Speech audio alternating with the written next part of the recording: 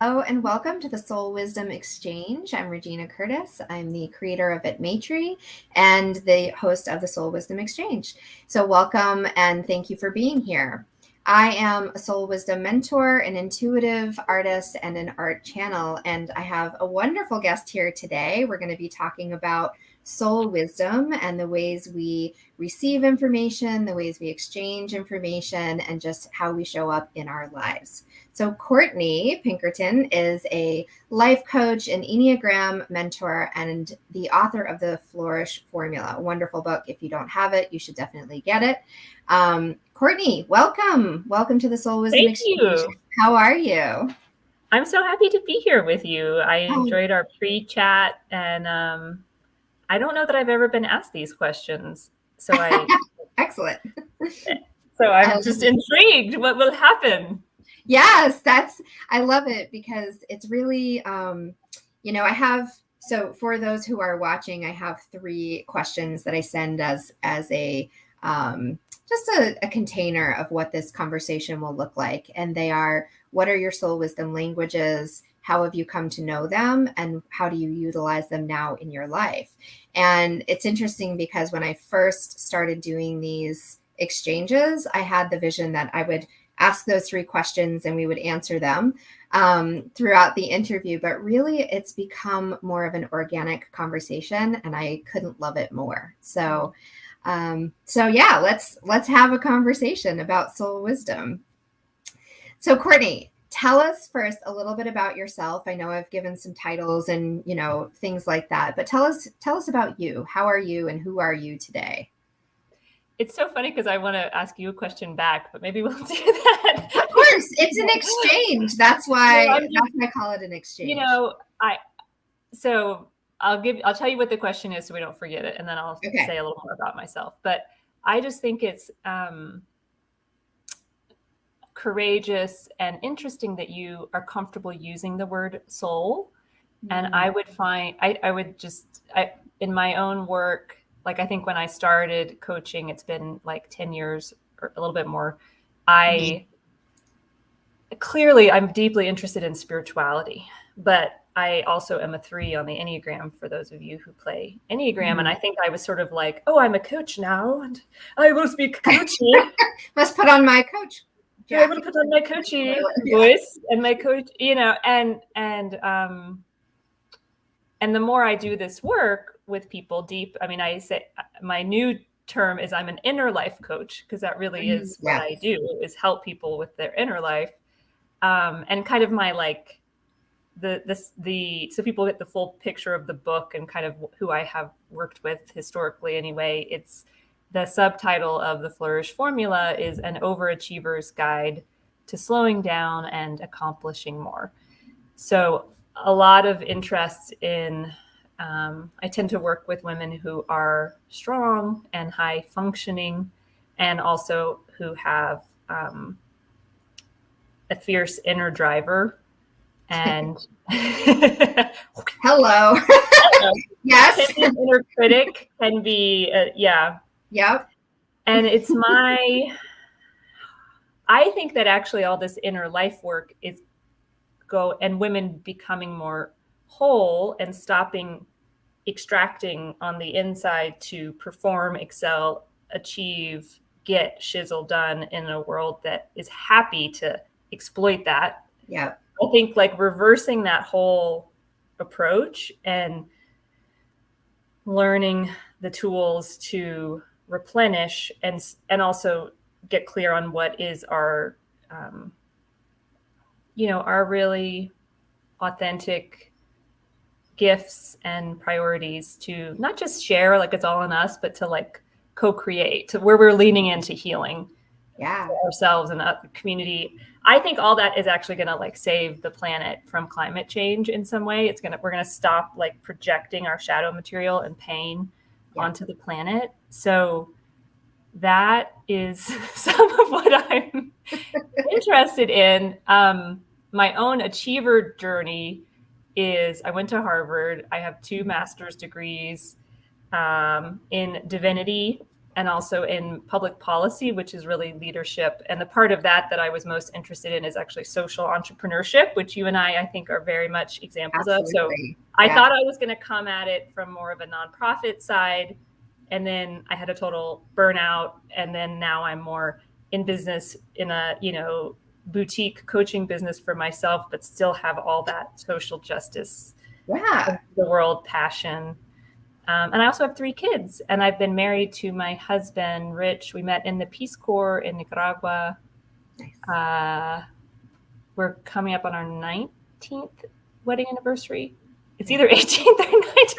I know. I think once you get past 10, it's like, I'd say probably when you get past 5, I don't know. Like I stopped counting a long time ago, and I have to do math every time. I'm like, I don't even know. We don't have I've been with my partner for over 13 years at this point, and we don't even have an anniversary date. We just, and it's not because it's not important, but it's just, I don't know. I guess it's not really it's just something that we celebrate being together on a daily basis. And it's not something that we are waiting for a day on the calendar to do. I like the sound of that. Yeah. It freaks people out though, because they're like, what do you mean you don't have an anniversary? And I was like, yeah, I don't know.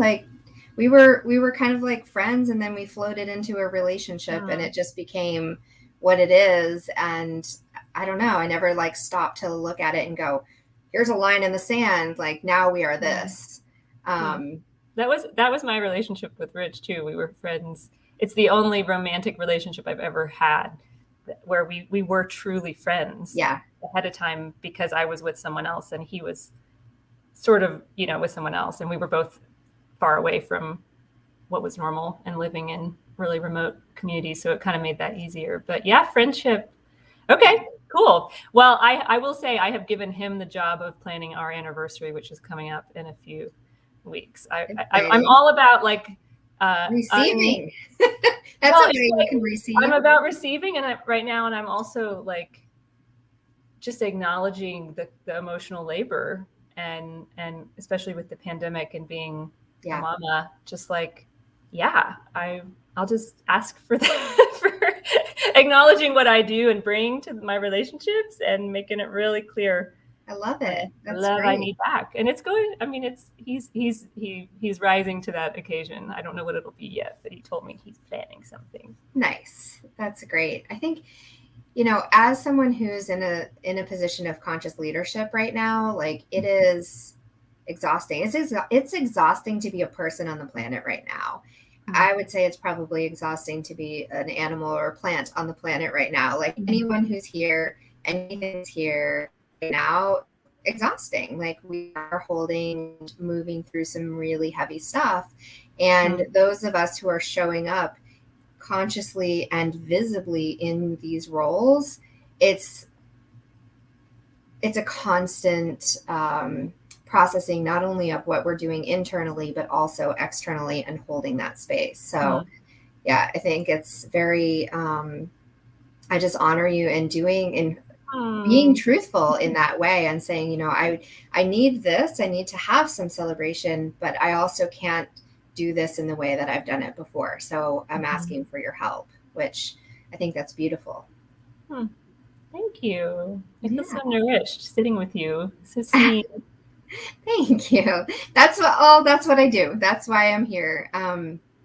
It's really one of my joys to be able to really truly show up and see people, right? And then help reflect back to them that vision. And I have had so many people do that. Been fortunate enough, to have people do that throughout my life.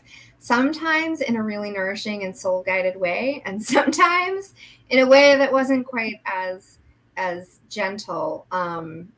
But even in those moments now, I've been able to really alchemize those and see the true gifts that are there.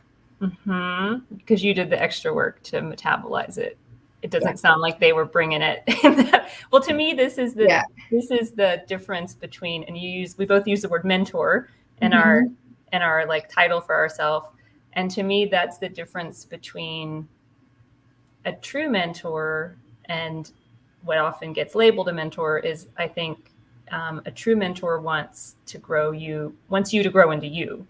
And a lot of times what I think gets packaged as mentorship is people shaping others into them. Absolutely. Yeah. I actually, I feel like I have to bring this up just because it's so aligned with the conversation we're having right now. But I'm a contributing author to a book that's being launched on December 10th called Mystics Revealed: Success Stories from Unconventional Ooh. Sorry, it's a mouthful. That title, Mystics Revealed. Mystics Revealed. Yeah, so it's unconventional success stories from extraordinary leaders. That's what it is. Oh, wow. And my chapter is entitled Encounters with Strangers, Learning It's Safe to Be Me. And it goes through a series of stories where I had these encounters with strangers, and I use the word strange all in capitals and then RS because it was through these, like each one of these strangers, people who were seen as strange, or the encounter was seen as strange or odd in some way or weird, that I learned. First, it goes through kind of like the lessons that I learned of it's not safe to be weird. It's not safe to, to be different, being different or experiencing the world differently equals crazy. And then eventually the tables kind of turned, and those encounters became really nourishing and helped me understand not that running from those things about myself was not actually serving me, and leaning into them and embracing my weirdness was really the thing that brought me more peace and actually elevated me to a place where I could be fluent in my soul wisdom language and become a soul wisdom leader. And so the quote that I pulled out from my chapter to share for the marketing materials, because we're getting ready for promotion and everything, is, it is not my intent to show you how to be me or show you how to do things like me. It's my mission to show you how to do things like you. And yeah, exactly. It's like, because that's truly what is at the heart of the work that I do. Whether I'm at work or just being me, like that is how I see the world.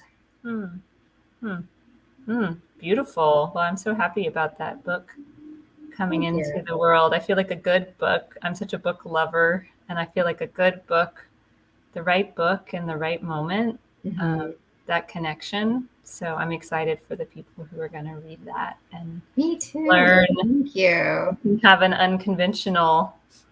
They can reveal their mystic side. So there's another example of you being comfortable using kind of more overtly spiritual language. Yeah. I feel like I'm like sometimes have my like inner mystic witchy self. I mean, she's coming out. I can't stop her at this point, but for a while I tried.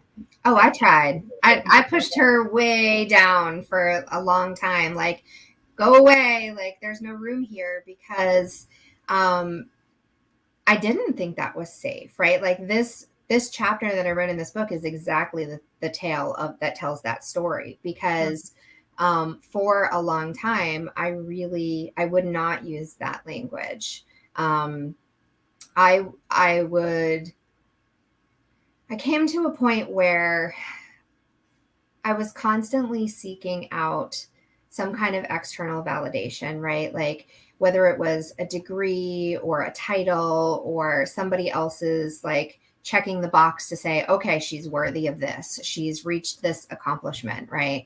And in order to check those boxes, I really had to kind of check that side of myself at the door a lot of times.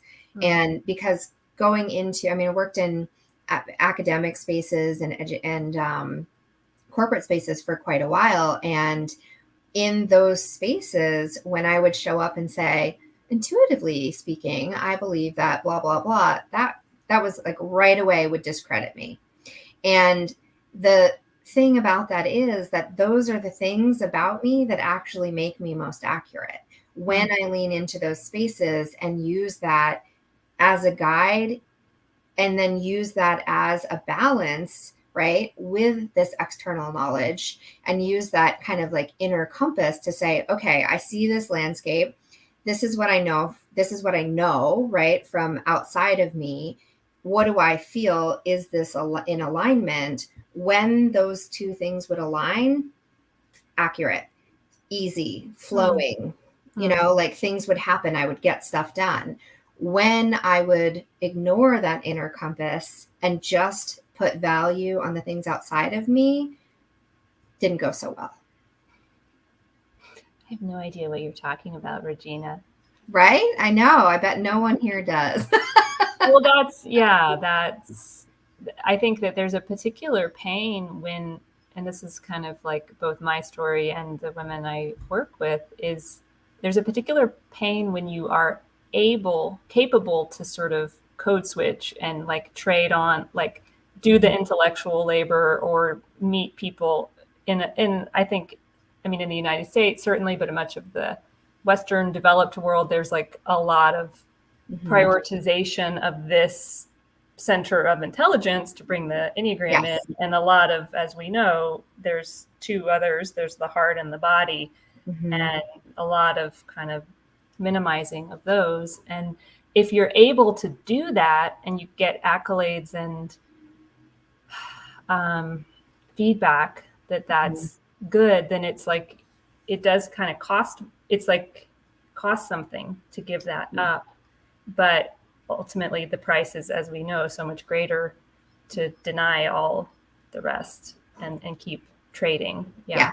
That's when you burn out. That's when you get sick. That's when things fall apart, right? Because if you're not being true to who you are inside, right? Like the makeup of who you are, whether you're talking human design, Enneagram, astrology, whatever, those are tools, right? To help us figure those things out. But we're not any one of those things. We're all of them. Those are just mirrors that help us reflect.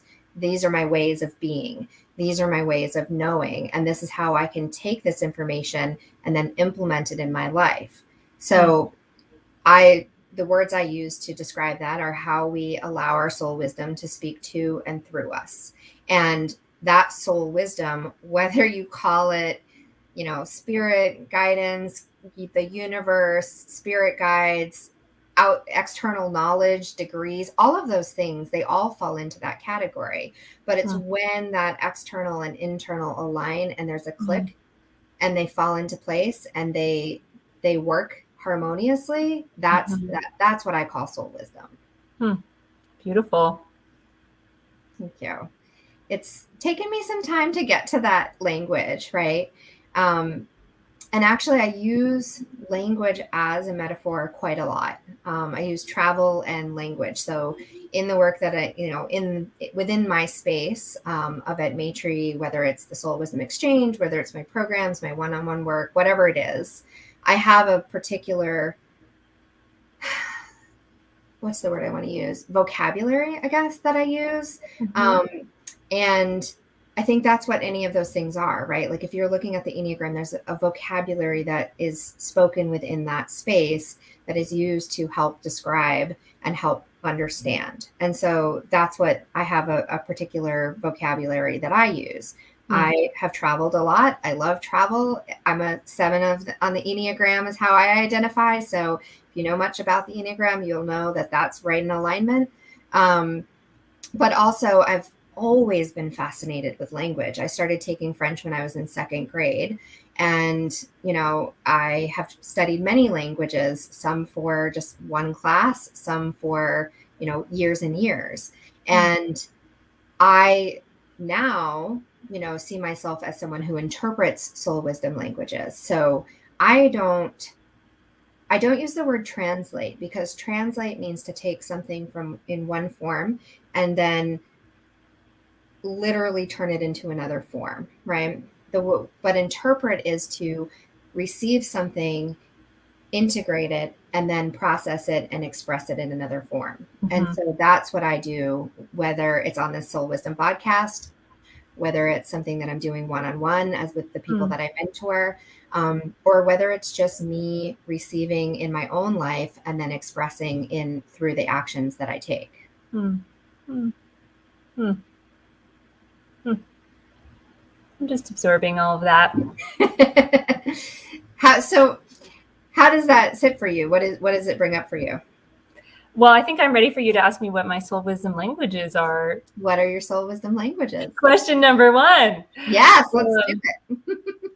Because it's so funny, before we got on the call, I was like, I'm sick of the Enneagram. I just went to a weekend training and I'm up to my eyeballs in it and I don't want to talk about it anymore. And now I want to talk about the Enneagram. But well, the environment has shifted a little bit.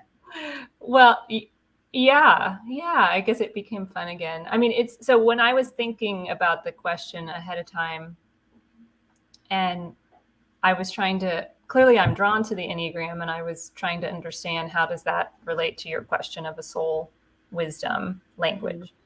And I realized that the way it's very similar to what you just said, I don't see the Enneagram itself as a soul wisdom language or as my soul wisdom language. I see it a lot more like a map, like a tool that complements, it's like a technology, an inner life technology. It kind of complements the path that you're on, and it is so skillful at bringing habits from under the line of consciousness to above, where I can see them. But I think what the soul wisdom language, or one of my soul wisdom languages, has really been about the Enneagram aided me in figuring out how to practice kindness and self-witnessing with my own heart and my own deepest longings. Yeah. And I used to really struggle with that. And I know that my first coach, she was like, we're going to do some inner child work. And I'm just like, and I am out of Bye. Peace out. And also I have such a low tolerance for the cheesy end, what I would deem as the cheesy end of the sort of self-help personal growth spectrum. And and I'm sure it was all defensiveness too, and ignoring, it wasn't in alignment with your soul wisdom language, right? That vocabulary didn't fit for you. Didn't. So it's been a journey to find an authentic way. So from the Enneagram, like in the Enneagram language, we talk about, you have your Enneagram personality, which has both good and challenging parts and strengths and weaknesses. I like that you said challenging, not bad. Oh, definitely. Yeah. And it's one of those things where, and it's not just like a head thing, it's full body neural pathways. And I think we're born our Enneagram type. And I think that our essence, our soul loves certain qualities and wants to express them. Yeah. And then we get afraid that we won't life is bumpy and intense. And so we kind of wrap ourselves, we try to fabricate the thing we're most longing for. And from other people and other experiences. By kind of playing little energy expensive games with ourselves and then losing the quality that is already actually alive in us, even though we don't actually lose it, but we lose touch with it. Yeah. So that whole, for me to come, to find a way back in from what other people expect me to be, and shape shifting and being successful and losing touch with my own depths to the Enneagram. Just, I guess I almost see the self-compassion as like the portal, like it was the reconnection. And you don't lose all the things you're good at because of your type, so you get to keep all those skills. I'm still a good public speaker. I'm still good at I can still kind of read a room but it's just when I'm in my presence, which isn't all the time, I don't use those skills against myself anymore. I don't use them to say, well, this is what they need, so I'm gonna become that person. It's more, that's some data I have, and how do I stay in relationship with my own truth or my own authenticity and be comfortable kind of sharing that in a really gentle, invitational way. And the people that connects with, that's beautiful. And the people that doesn't connect with, that's also beautiful. And it also doesn't feel so high stakes anymore like it used to. So I'm sure you have a bunch to say to that, because I don't exactly know where soul wisdom language is, but I think for me, the Enneagram was a guide into a relationship, and also an authentic way to just to understand what was happening, where I was getting lost. But it's really that like compassionate inner observer, which is kind of like inner life work, like foundational tool that the Enneagram gave me. So I love, hold on, I'm writing some notes because I love some of your wording. I mean, I love all of your wording, but there were a couple things that really stood out. And so what I would say to that is, I think for me, I see the Enneagram as a soul wisdom tool, right? There are tools that help us to reflect on our journey.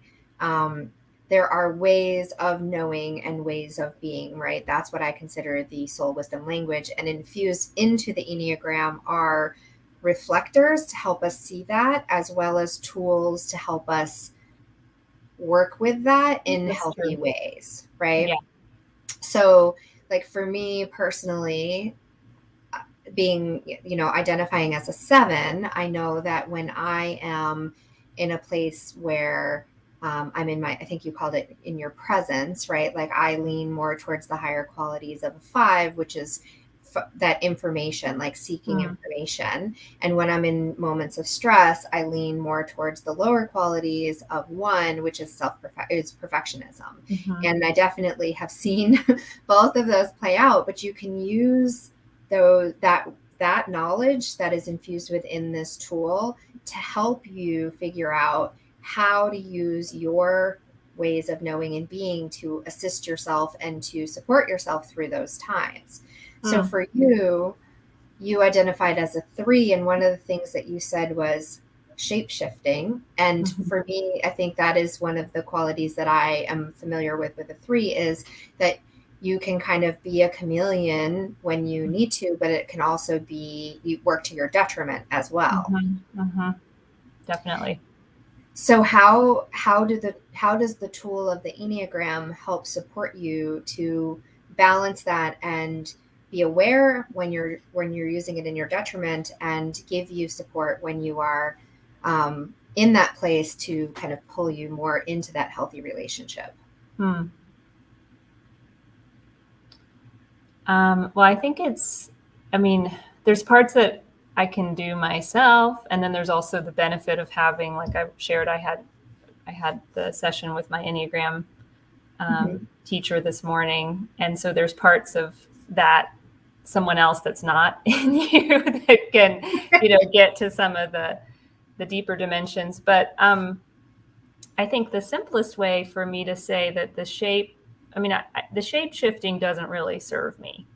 It really doesn't. So really working on the opposite, building the capacity to be authentic and integrated. I think where I have had to build the capacity is in remembering that other people's response to me is not my business. Lately I've been thinking, so like, I think the whole first, long time of my Enneagram journey was sort of about like coming down off a performer orientation and getting more humble and low to the ground and moving slower, so I wouldn't lose that thread of connection between my heart and what was actually important to me and what I was doing. And that also has been really challenging to learn to like bring presence and breath into my to-do list or my time at the computer or conversation. So the first part of the journey was sort of standing down from the old habits and being kind of low. And then interestingly, for many years now, I've been I'd say the tool has been helping me kind of go into the contact zone or go into the place where it's not actually authentic for me to be totally low to the ground. I have a voice and I have things I want to say. And so, but when I get in front of people or I'm interacting with social media, that's also where all my stuff gets stirred up again. So I guess it just sort of helps me take it less seriously. And the thing that's been most helpful is to know that, like we were talking, I think before, I don't think we've mentioned it here so far, but I guess I have a little bit, but I'm really passionate about climate change. Yeah. And really wanting to try to figure out how I can play my part with that more and more in my work and in all my facets of life. And I think there's something good about being willing to be a spokesperson and to be a kind of, to stand up in front of people and say, like, this matters. And I think this is something we should think about and talk about. And it's almost like I'm willing to put myself into those places, and with a better acknowledgement that it takes a lot of energy for me. I'm also an introvert and an empath and all of this. And so in whatever way I'm like leaning into visibility, I hold myself with compassion that I've got to resource myself ahead of time and afterwards. But it's all easier to endure that discomfort of my type edge when what I'm talking about is really precious to me. Comes from here. Yeah. I'm just going to note that there's a construction zone outside my window and it's probably about to get kind of noisy. Well, so I have a child trying to get in the front door, so hold on. That's okay.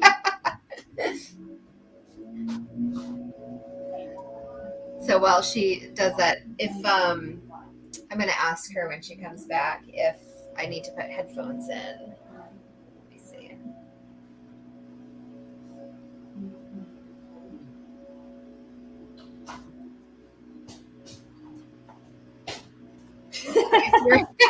I'm like, That's okay. I was going to say, when you can you hear the construction outside? It's not bad. Okay. So I mean, I can hear it, but it's not bad.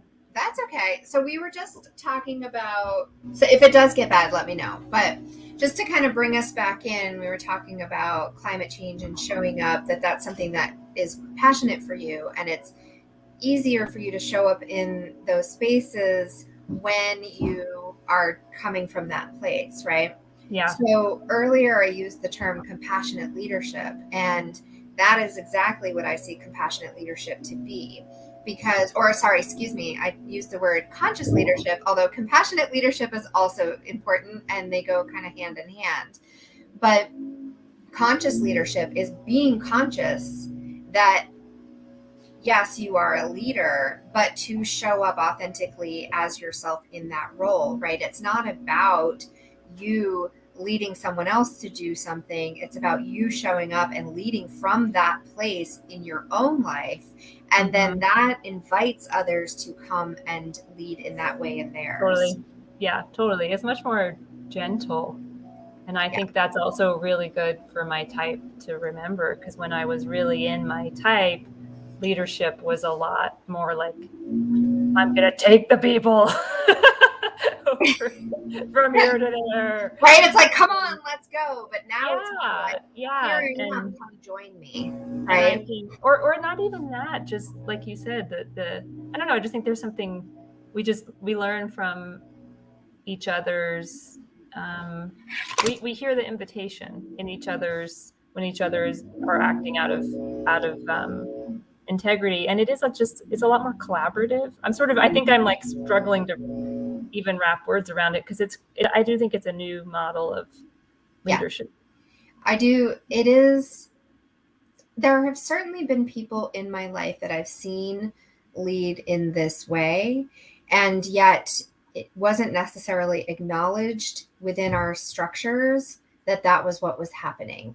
I could feel it on a personal basis, right? Like on an intellectual basis, in an emotional way, but yet it's not something that we have previously that I've really been aware of seen celebrated or valued or even discussed really within the structures that we've had where leadership is something that's talked about. Mm-hmm.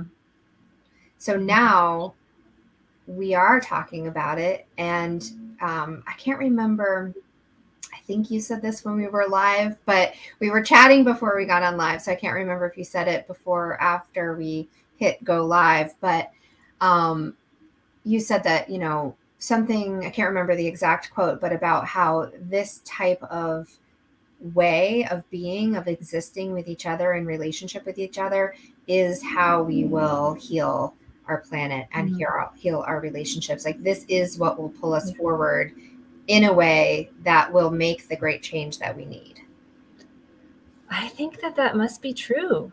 I just really do. I think that I mean, it's similar to social justice and like white supremacy, and just like the old tools can't take it apart. There's got to be, and so the scale that I am most drawn, or that I can most understand, is individually in people's inner life. That's where I have the most experience. But I think it's like it like refracts out. So in order to create the systems and the social structures and the change, like if women can stop, like I said at the beginning, extracting from themselves and treating themselves in this really kind of caustic way, then how does that change how they show up and the work that they participate in?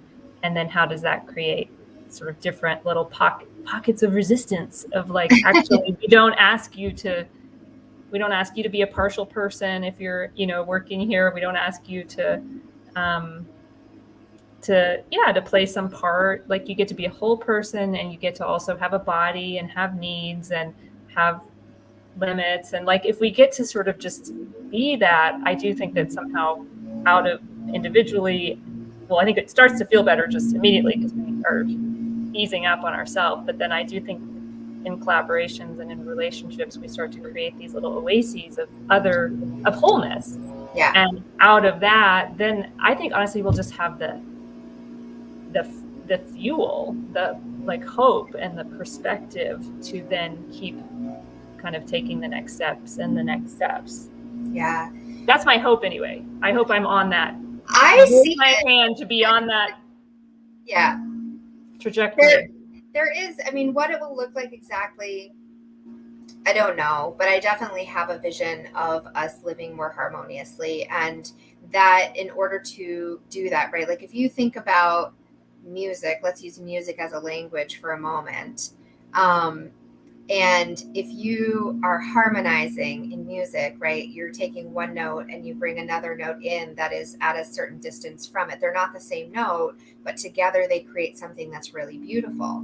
If it's too close or too far away, too far off, then it creates like dissonance or it creates disharmony. And if we can each be authentically in our own note, whatever that is, whatever language it is we're speaking, whatever way we're showing up, then we can find those that authentically harmonize with us. And those that don't, we don't have to engage with that, right? We find the ones that do. We harmonize, we create this beautiful thing. And those who are harmonizing somewhere else can go do that and be in harmony there as well.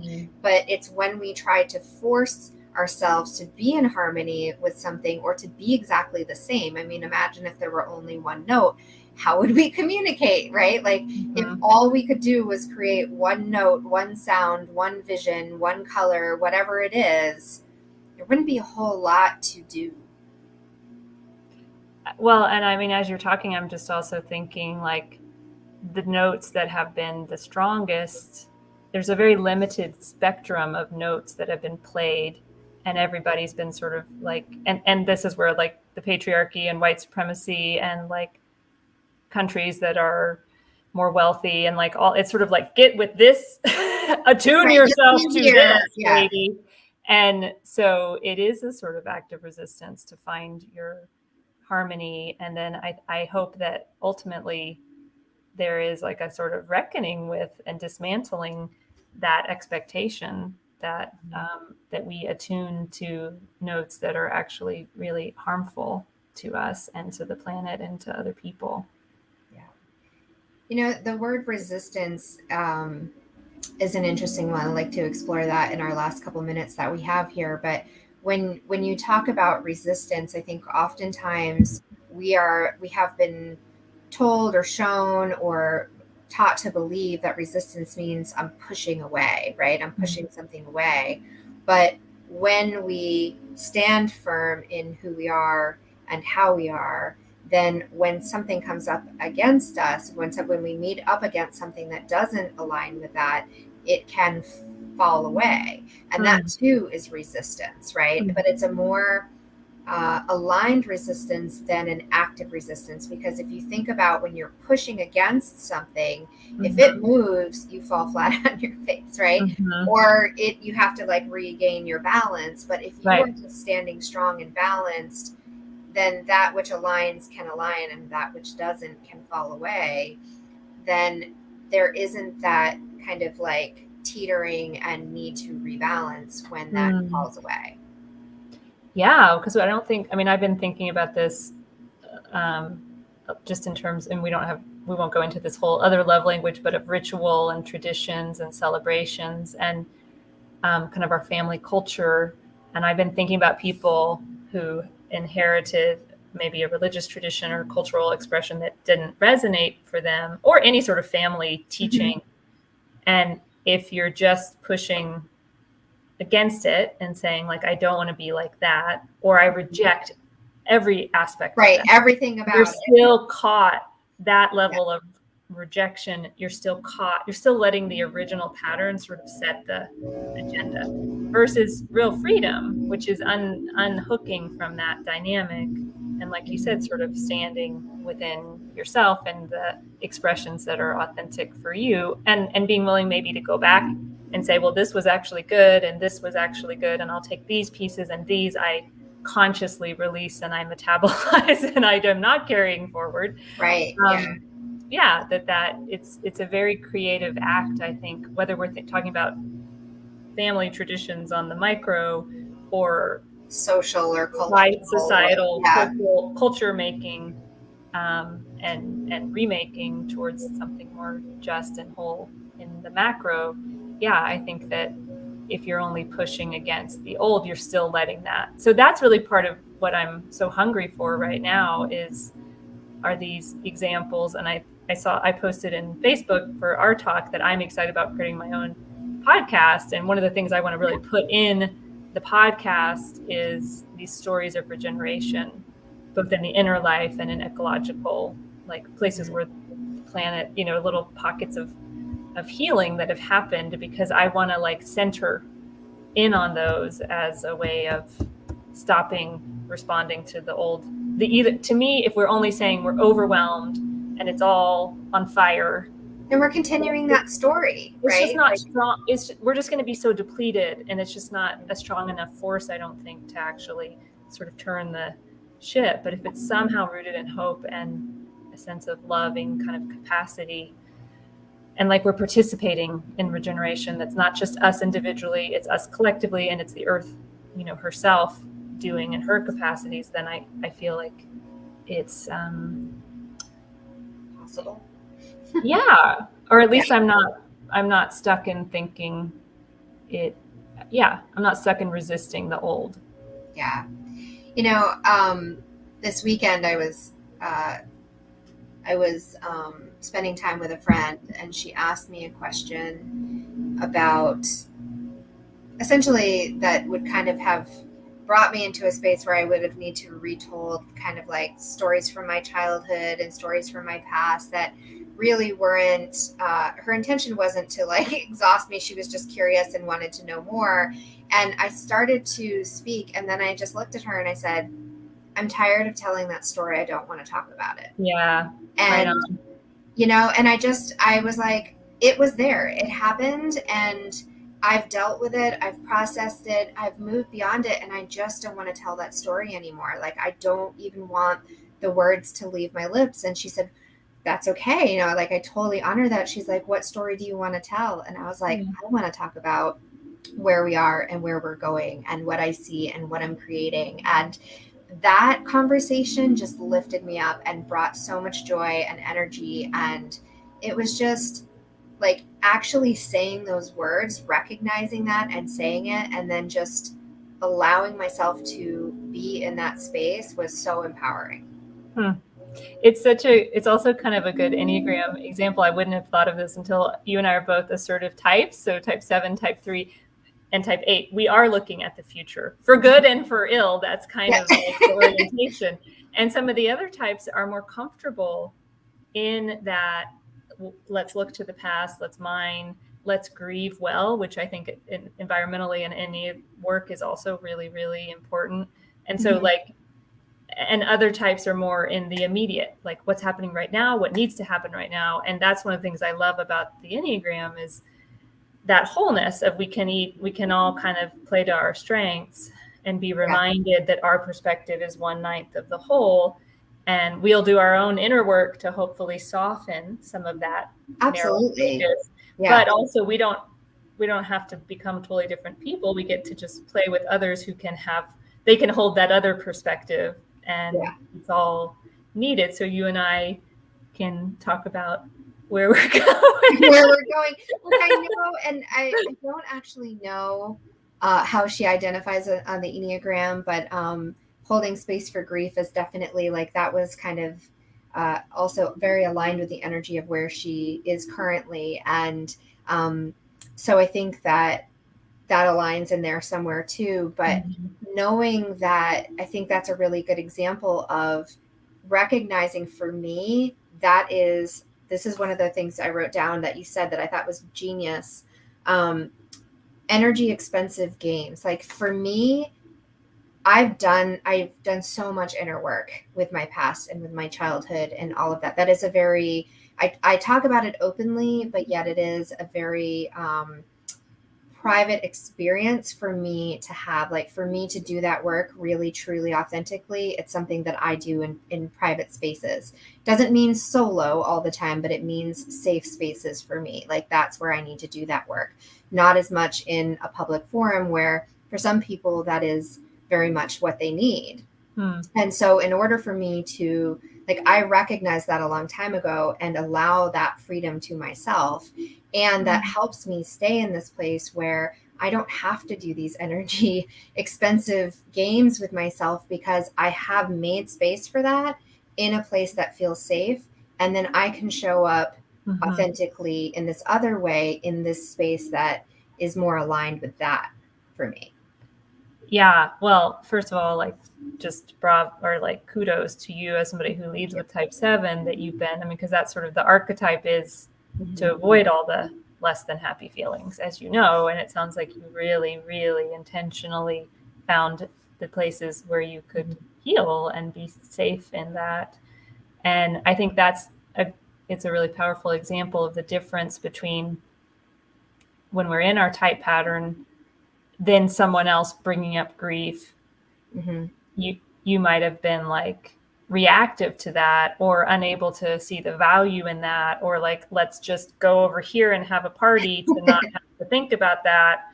And that's very different than like this, like, it's basically, I hear you saying you were able to make a choice about how you wanted, you're not, to everything we've been talking about, no longer caught in the push pull, right? Not in like your old patterning, but it's like, actually, this is what I need, right? Yeah. To go into this different direction. And I think that getting to a place where we have that kind of choice goes hand in hand with really releasing our gifts, which are always going to be part type informed and our essence too. Like we're human and it's going to be all of it, but getting to choose rather than be caught in running away from something or reactive. It's just a beautiful case study. Thank you for telling us that. Absolutely. Yeah. I see. And this is where I'm like, I'm happy to share my experience out loud, right? Like I'm happy to use that as an example. And that's that's, I feel, showing up as a mentor. Like we were saying, both of us use the word mentor, because I can do that work and then I can bring it into these other spaces and hold space for others to process or bring in examples from that. But it isn't necessarily the best place for me to do that type of work in that setting, right? So absolutely. Well, I think that's part of being a leader in transformational work too, is knowing when something is metabolized enough that you can safely, to your best judgment, not being perfect, of course, use it as an example of your own process that could be helpful to someone else to map theirs, versus when it's too hot. Right. And it's not metabolized. Or just also, like I hear in what you're saying, knowing how you keep yourself filled, and how I think if we're doing we have our people where we can do our inner healing, then we're better able, obviously, to not take it. To not project it onto other on people. The road. Right? Yeah. Yeah, in a way that's not actually makes unsafe space for other people. So yeah, I think that makes a lot of sense. Yeah, it's a journey. It definitely is a journey, and we're always learning, we're always growing and evolving. And I think that's one of the things that when I first kind of started coming into this space and really consciously showing up and doing this kind of work, I remember hearing like, oh, you have to heal yourself first. And the one side perfectionist of part of me was like, oh, that means everything. It means I need to be like completely clear of everything. And, that's really unrealistic, because the more we live and the more we move through the world, we're going to continue to keep having, the people you are most scared of are the ones that think that they're done. Right, exactly. It's like, oh yeah, I'm completely healed. Sure you are. Anyway, on that note, our time is wrapping up here, and we need this conversation on for forever. I think it's a beautiful conversation, and I've really enjoyed having it with you. And I know we will continue, whether on, in a forum like this or not. But before we wrap up, Courtney, tell us what you're up to. I know you have a holiday play shop coming up, which that just sounds like so much fun and so juicy. Can you tell us about it? Yes. Well, it's called the Flourish Holiday Playshop, and it is an opportunity for people to, I think that the holidays are just like a little microcosm of the pressures of the rest, and maybe even more pressurized for a lot of people. Concentrated. Yeah. Mm-hmm. So it's an opportunity to come with me and a handful of other people who want to really be in a little micro conscious community together, to look at your inherited traditions, to really, from a starting point, ask, how do you want to feel this holiday season? And then we just are going to play and help you find, I have a beautiful, I'm just going to claim it. I have a beautiful written guide. It is a beautiful written guide and journaling questions. And it's just an opportunity to kind of create a little map and feel kind of like the terms I'm using are resourced and ready, so that you're not so that you put yourself, it's like what I help women do in general with their calendar. Like, let's roll it out and put in your vacations first and your white space or retreat, and put in your exercise or your personal care and your fun stuff. And then we'll put in, so it's kind of like we're doing that with holidays in all of the different experiential dimensions of it. I love it. Such a beautiful offering that you have. And we'll put your links into the comments, and they can find all the details. CourtneyPinkerton.com will have everything. Yeah. And also, if somebody's interested in my book too, that would be, it's a really fun book. And it is a fun book. I love it. And that's a nice, so that's a nice holiday present too, either for you, or if you want to know more about the Enneagram, that's a great next step.